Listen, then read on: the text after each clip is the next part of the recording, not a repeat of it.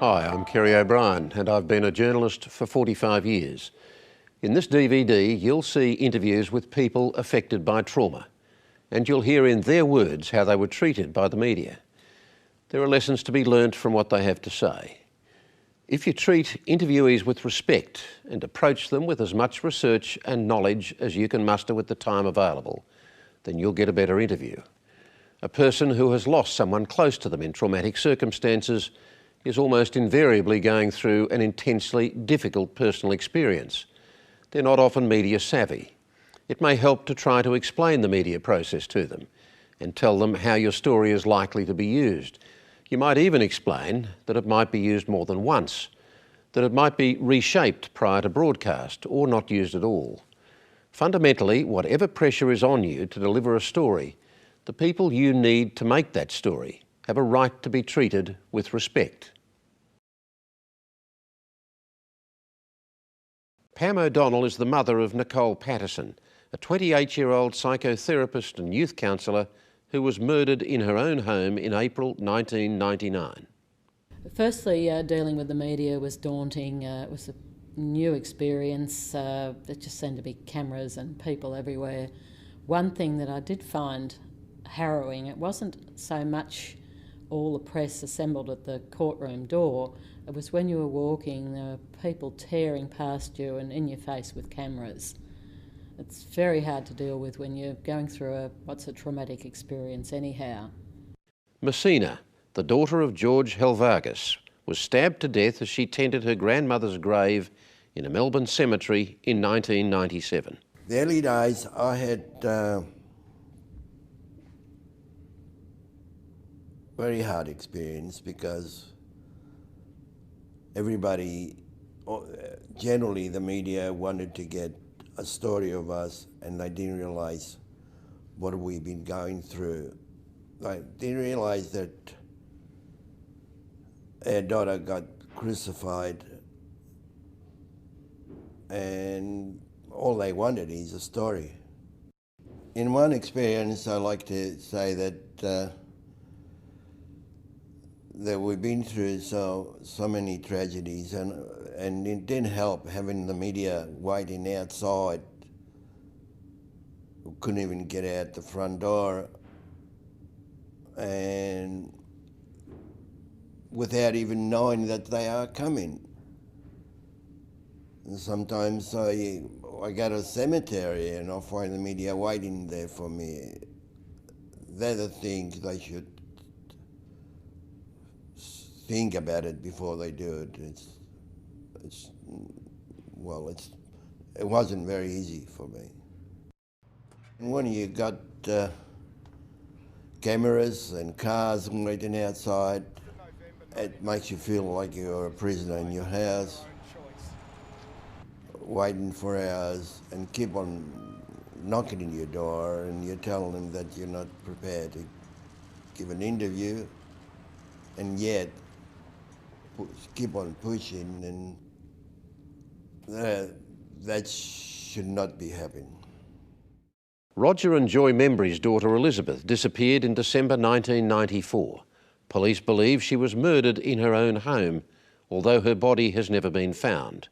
The whole scenario with the cameras, and when you've never had this sort of experience ever and never thought you would, and yeah, you're trying to say everything's so right and help find your daughter, and it was just absolutely frightening, and I still remember it to this day.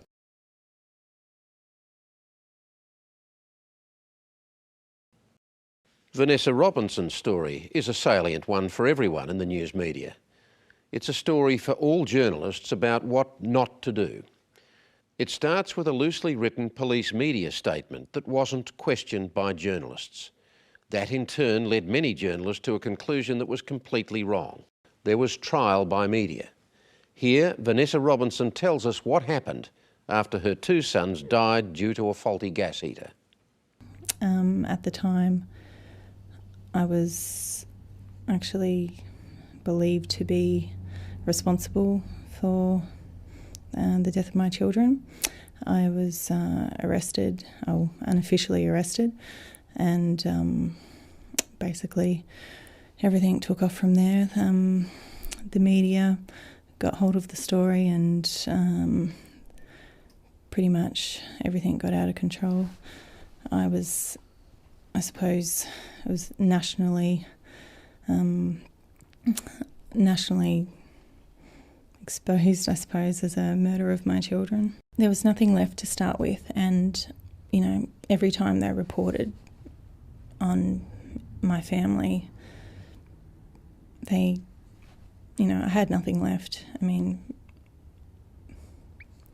it was really hard for me to go back into the community and face everybody after what happened. My boys are my life, and, you know, we're just an average family, and I had to sort of come back, and I didn't have a place to live, and I didn't have my boys. And I had to start again, and, you know, and I knew that all these people were judging me and, you know, talking constantly. So yeah, that was really hard. I feel that, you know, what sort of people, how they represented me, it's something that I can never get back, you know. I was a good mum. I did what I could for my kids. You know, I was the mum that overpacked my kids' school lunches.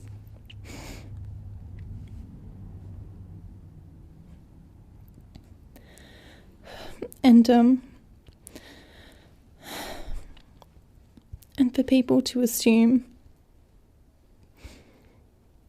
or be made to assume by the media, that I hurt my children or I wasn't a good mum,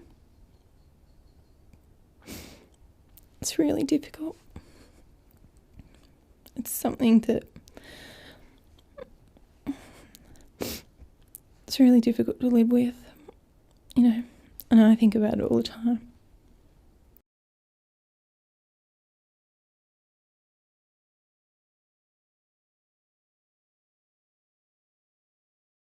Jim Ward had worked for Esso for 19 years and was at Esso's Longford gas plant near Sale when it exploded in 1998.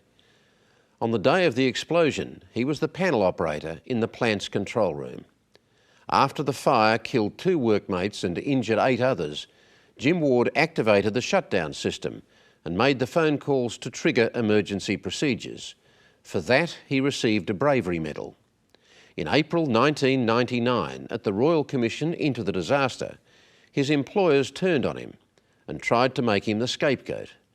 They said he had failed to correctly respond to a system failure, which they claimed was quote unquote due to reasons peculiar to himself. Accuracy in reporting a trauma victim's circumstances is paramount. From personal experience, having seen the reports, a direct reflection of a conversation that took place between myself and a journalist, and noticing that it's not exactly right, misspellings, poor descriptions of very basic circumstances. It adds to whatever trauma you're feeling at that time. And I distinctly remember reading a report about, in my circumstance, the 2 dead men, and one of them, his surname was misspelt. And straight away I was thinking of his sister and how she would feel. I knew his sister personally, and I was thinking, how would she feel about someone so dear to her having their surname misspelt in a report about his death?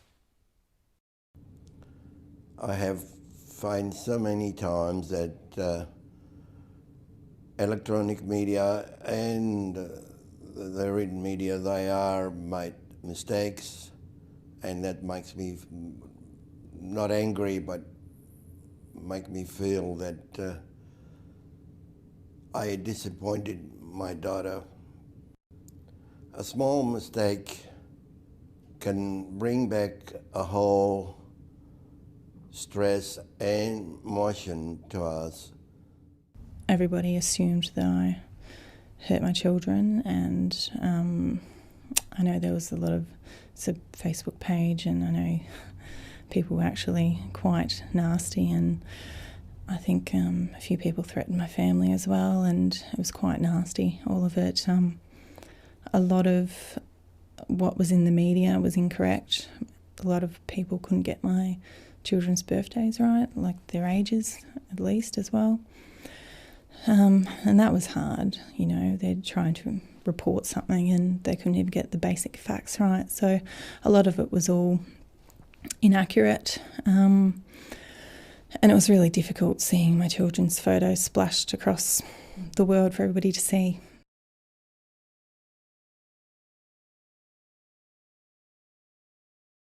Kamina Lyle had spent 15 years as a reporter and foreign correspondent when she found herself on the other side of tragedy as a victim and survivor of the Boxing Day tsunami in 2004.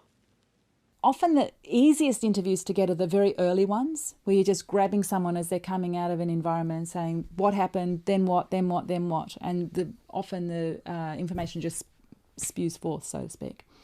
But when we go back 2 or 3 days later, when that adrenaline and the protection of all of the whatever it is that happens in our physical bodies to protect us to some extent from the shock has passed and it's just raw emotion, that's when I think the informed consent is just a little bit ethically trickier, because how do we know that that person is in a solid emotional space to make a decision that is going to actually live with them for the rest of their lives? I think we have to recognise that we're actually entering into a contract. We're actually saying, here I am from this news organisation, I'm going to write this story and it's going to be read at some point in the future and we don't know what's going to happen to it. Are you, to the best of your ability, able to agree to that? I don't think we can. I think it's just as manipulative to kind of assume that people can't as it is to assume that people can. Like there has to be at some level some good faith or trust that providing you're upfront and transparent and you seek that consent and you give the person permission to change their mind, then you can only progress. So it is human nature to be curious and to want more information. But there's a line at which it no longer becomes the public's business what happened. And I don't know where that line is as a journalist. The only person who knows where that line is the person themselves. And so our job is to enable them to say, that's the line. That's it. And sometimes they have to say it, and sometimes you can just get it. On one occasion, I met with a journalist. It was a television interview, and there was a particular point that I wanted to make, and I was promised that that would be aired. And because quite often you'll find that not everything you said goes to air. And I said, I really want this to go to air.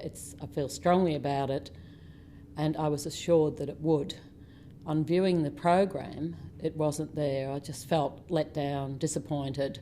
I thought at least I could have had a phone call to say that, you know, it's not been included. I did try on your behalf. I'm sorry. There was one time that a journalist contacted us and wanted us to speak in length about our situation, about what happened to my daughter, and came and spent time with us in depth, learning all about her, and the stories were just wonderful. They really did explain just what sort of a person she was, and it was well worth that extra time that he'd spent with us. Gary Brown lost his son Adrian, daughter-in-law Mirabelle, and their children Eric, aged 8, Matthew, 7, and their sister Brielle, aged 3, when the Black Saturday bushfire hit their home at Bald Spur Road, Kinglake, on February 7, 2009. We did 2 TV interviews of which they took the time to sit down, chat about everything, and while the cameraman was setting up, and then we went into it, and I found that very easy to adapt to. A week after the tragedy, my daughter was approached by a reporter for an interview. She agreed on the understanding that she would see the finished copy prior to printing. This was agreed to was done, and we were very satisfied. I had to do a live cross to a morning television show, a breakfast current affairs type show. I understood it was going to run for 2 minutes. I understood that there was going to be questions that were seeking out a grab. But to be greeted by the host and saying to me, and going through questions and asking for the glib response, which was meeting the glib question, and then finishing off the 2-minute cross with live to air saying, "Thanks, mate." There was no relationship between us. I wasn't his mate. Subsequent to that, after the decision of the Longford Royal Commission was handed down and I'd been cleared of any implication in the cause of the explosion and death of 2 of my workmates and injury to 8 others, another live cross to the same person. And in the preamble to the live cross, he said, "And here is our old mate, Jim Ward." And straight away, I felt defensive and on edge. I didn't want to engage with someone that was contriving a relationship that wasn't there.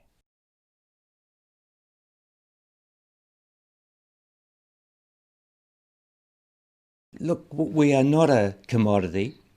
Our daughter is not a commodity, and her murderer is not a commodity.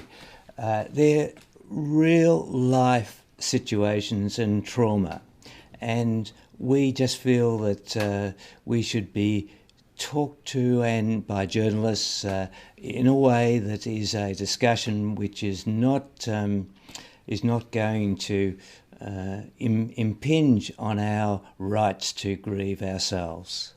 The question I most hate is being asked, how do you feel?